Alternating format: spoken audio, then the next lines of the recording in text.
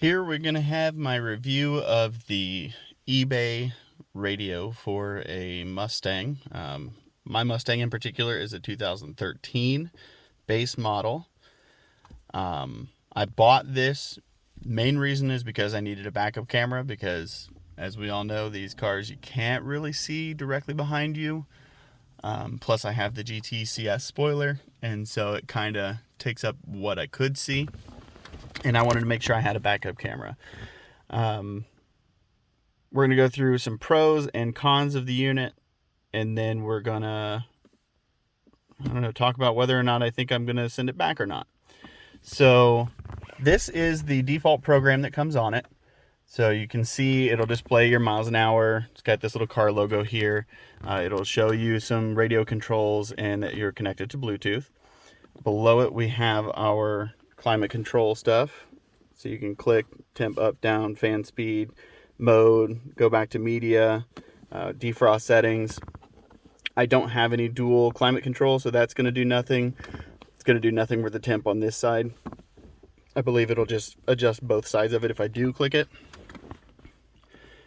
And if I touch it, you can see it brings that up, and you can see that it brings that temperature up and that one, just clicking that same button. So it doesn't actually do anything, but it will. You can adjust it from either side. One thing you may have noticed right there is that it is displaying in Celsius, and I have not been able to figure out how to actually get it to display in Fahrenheit.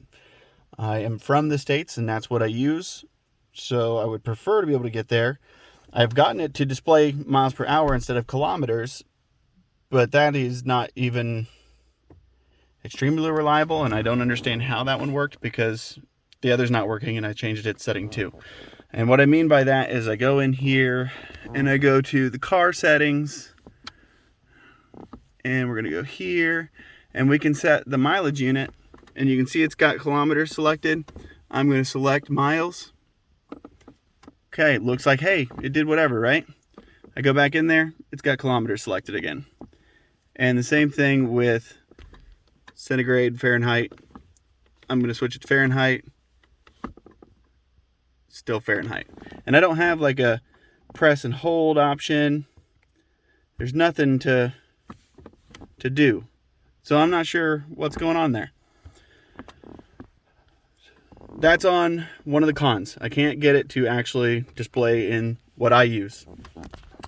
There are other settings available. I don't know what a lot of this means. The factory settings I can get in. It's 4/8, gets you in here. And I don't see anything in here that would help me with my temperature and my mileage. No,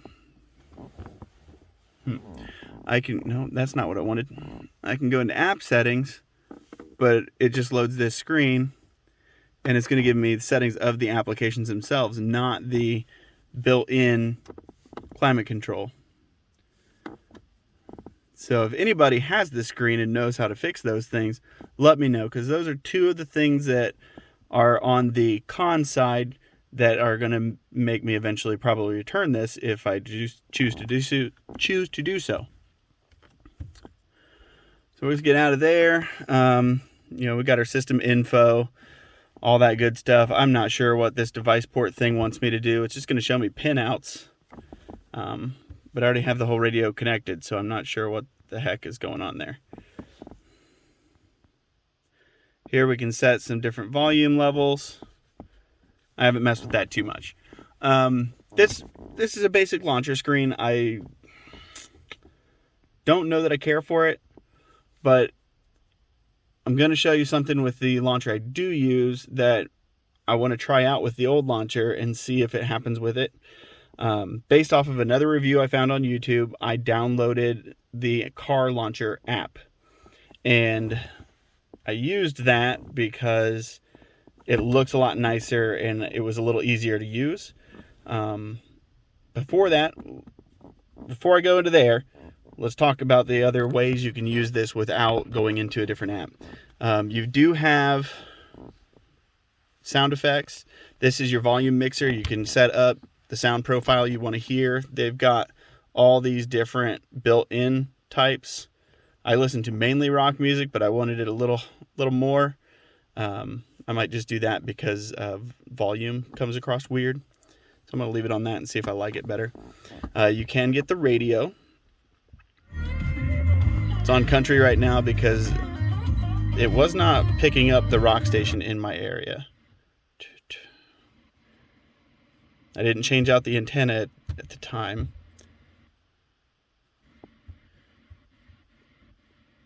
See, I normally get this station. I do not with this head unit. I don't know why. So just to get some sound, that's the local country radio station.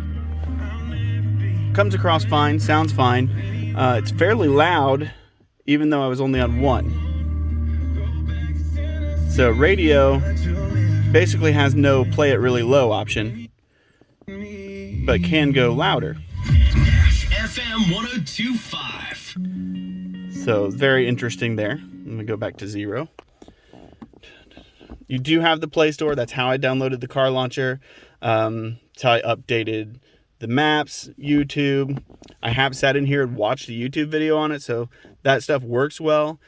You do need to have internet to the tablet. So either you're sitting somewhere close to like a guest Wi-Fi, or you're like I did, I hotspotted my phone. I have unlimited data, like 50 gig hotspot thing going on, so I'm not too concerned about the amount of data usage, but I would prefer not to have to.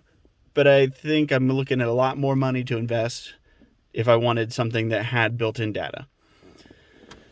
I didn't use iGo navigation. I'm just not a huge fan of apps that I don't already know, so I do use maps. And it comes with a GPS unit that I have hidden up behind the dash in here. I did not have to take the cluster out. I was able to fit it up in there. And it reads the car. It reads the car pretty well. So that is where I'm at the moment. You can see I did use the navigation on the way home here, just because I wanted to test it out. And there were some things I didn't like about how the head unit displayed it. Number one, a lot of the detail in the roads is not there if you're not connected to the internet. What I did do is logged in, downloaded the map file for basically all of Indiana, which is the state I live in. But it didn't give me much detail until I activated the hotspot on my phone, which I then used to reroute, because it wouldn't reroute unless it was activated to the internet. So I had to take a different turn because school was letting out at the same time as I was driving. So I rerouted, and my navigation did not until I turned my hotspot on. So that was kind of not a cool feature. The radio does support Android Auto, which I will need to buy a dongle for. Might do that and see if I like the experience better, so that way I don't have to hotspot it. I can just mirror the phone over. Haven't really thought too much about that one. I haven't used really any of the other apps for anything. There's 2 different navigation things built in. I didn't use either of those. I just use maps. You can use a calculator, file manager, gallery. Like I could load photos on it and make my background be my photo instead of the default background that came on the car. It's asking me their permission of which launcher to use, the default one or the car launcher, which is the one that I have installed since getting this. So let's see if I can get it to, let's go to car launcher. Now this is the app that I downloaded based off of the recommendation of I want to say the guys, it was Full Pull TV, something like that. If I remember, I'll post a link to his review below. This is the launcher that he recommended, and I went ahead and picked it up. It was only $5 for the Pro version. And I like the look of it a lot better. It's pretty slick. There's different themes you can pick on the inside. I'm not going to go too much into the launcher itself, because this is mainly a review of the radio. This one, though, you can get to your apps by clicking that button, and there they all are there. You can click back and go away. This, I like that it shows me what is playing. I believe because I'm recording, it won't play music because I'm using my phone, but it also has like a really cool bunch of colors, like almost like a mixer or equalizer or whatever that displays right behind it as it's playing. Obviously, it's not doing it right now. And then you can put your most used apps over here. This you can drag and it changes it. Compass, mile per hour, which is also displayed digitally there. Analog clock. I like to just leave it on the digital time because I don't want to look over and have to like really think about, oh, what time is it? I want to be able to read it. You can modify what widgets are showing up here. I've got some of them disappeared. I'm not going to go too far into, I'm not going to go into showing you that because it was kind of a pain in the butt to get out of, and I don't even remember how I got out of it, so I'm not going to mess with it. One of the things this does, and I'm surprised it hasn't so far, is quite often the climate control stuff will just pop up. I made it do it there with my finger, but it'll just pop up, and then a couple seconds later, it'll go back to the launcher screen, which just did now. I'm not sure why it does that. The other reviewer said that he thought that it was maybe oils from your fingers on these little buttons down here. Mine are very clean. Like, I just installed it and I've been wiping it down. There may be a little fuzz on there, but there really should be nothing down there that's activating these buttons. So it's a mark against the unit in that case. And the main reason is because I was navigating home. I had my navigation on the whole screen, and climate controls just come up, which then minimizes my maps down to a little box in the corner. So let's say I've got it loaded up, and then, well, it's not, because I'm not navigating, it's not going to minimize it now. It's just going to make it go away. And then I want to say it'll go back to the home screen. Oh, actually brought navigation back up this time. When I'm actually navigating, it minimizes it down to a little window in the corner, goes back to the home screen, and leaves navigation down to the little window in the corner. Which is kind of annoying when I'm trying to use it to navigate. You know, tomorrow I'm going to drive down into Indianapolis, and I would love to be able to use this, but instead I'm going to still use my mount for my phone, navigate with that, and just use my radio to play radio. Not a huge deal, but it is what it is.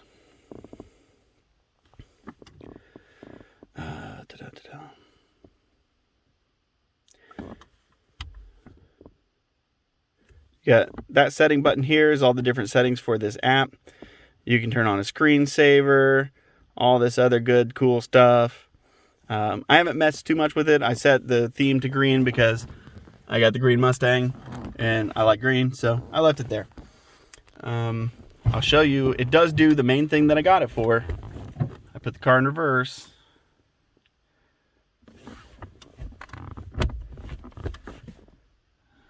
Do I not have the car on? Oh, I didn't have the car on enough. So I do have the backup camera, and it's got a pretty good picture. The lines do not match up with the edge of my car, so I've got to be aware that those lines are more narrow than my car is, and I did not see a way to change those. Again, I haven't messed with it too much, but I've not seen a way to change that. And then it automatically switches over to the camera when you put it into reverse.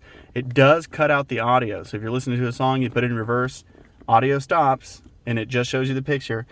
I think it's an intended feature because then you are more focused on what's going on around you. You can hear and pay attention instead of being like jamming to your song. I don't know. I view that as an intended feature. I don't view the climate control popping up randomly as an intended feature. Although I could argue that maybe they just want to remind me every couple minute or two of what my current climate control settings are in case I want to change them.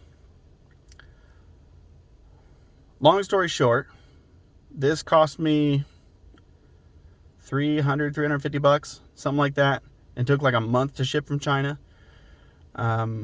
Fit and finish, it looks beautiful. Like, it looks pretty good. It goes with the car very well. Fit wise is not quite there. This side has just a tiny gap, which doesn't bug me, but there's a larger one across the top. Again, not too bad, but you get over to this side and it's pretty large. Now, I will say I did break 2 of the clips that go on and install when I pulled them off my old thing. But I don't think that those 2 clips are what makes that difference, because there's one missing on this side and one missing on this side. I probably mess with it and see if I can get it to fit better, but right now it's not. So I'm going to give it like a, I don't know, 7 out of 10 for fit and finish, because at first glance looks beautiful, and then you do have some little areas of, hey, that's probably not as good as it could have been. Ease of use, I want to say, like, it is very easy to use. You got to sit and play with it for a little while with your car off and get used to what you want to click to get where you want to go. But with the climate controls just randomly popping back up, I mean, if I could finish that, I would not have a problem with this unit, because I can get around not having the internet to it via my hotspot. I'm going to look into Android Auto and see about just mirroring my phone over so that I don't have to use the hotspot in case I start pushing my data limits. But really, it's just the climate controls popping up that is the major issue. And then again, the radio, there's not a very low option. You're on, and it's, decent to drive down the road. You can have a conversation, but you'd want to turn it down a little bit more than that to have a conversation. I will say on Bluetooth, when I have my phone playing my Sirius XM, I just play it through my app and it Bluetooths to my car and plays that way. That does seem to have more range of low volume and then up into high volume. I don't know what the difference is, but that's just one thing that I've noticed. Also, I'm not sure what this little thing is. I think it could be how many degrees it is outside. But then there's that satellite next to it with a 9, and I think that there's 9 GPS satellites that my GPS is reading. I'm not sure. Not entirely sure. But that is my review of the eBay radio. I am still on the fence as to whether or not I'm going to send it back and go to... See, I didn't want to spend $500 on one of those big Tesla screen ones and then not have any buttons for my climate control. And if the screen went dead, then I'm screwed. Well, then I didn't realize that this was not physical buttons. It's more of a glass touchscreen for the climate control. So I'm still screwed if that one goes bad, but at least if the radio screen goes bad, I can still do stuff down here. So, wanted to save $200 on the off chance of, well, I guess people also say those Phoenix ones, the Tesla screens, have a lot of glitches unless you get the right firmware. Well, you can say that I saved $200 and I still have glitches. Then obviously the cream of the crop, it could have gone with like the Dynavin, and I didn't really want to spend $800 on a radio because the problems I was having were not worth $800 to me. I don't know. Saved $500. I have a couple glitches. If I still use my phone for navigation, the flipping to the climate controls doesn't bother me that much. It just is a thing that moves in the corner of my vision and draws my eyes for a second, which I would love to not have them drawn from the road, and I'm getting to the point where I can ignore when it flips on its own. So, as it sits, I probably will keep it if I can get the fit to work better. And if I can figure out something about the climate control. One thing I did think maybe I'll do, because this has its own plug for this whole stuff, I might disconnect this plug, but I've got to figure out a way to get into the climate control through the apps, and I don't see one yet. So I'm not sure what I'm going to do in that case. If I can't figure out a way, then I'm going to have to say with that screen there connected. If I can, then I'm probably going to pull that plug and just not have this active at all and go there. Real quick, it does work with... Get in there, or if you're not interested, it does work with the buttons on the about your steering wheel. Accelerator. It's good. Ooh, we got radio playing. There's the stuff I was telling you about. I like that. It must not have played those because I had it muted. Yep, that's what happened. You can mute it by pressing this button.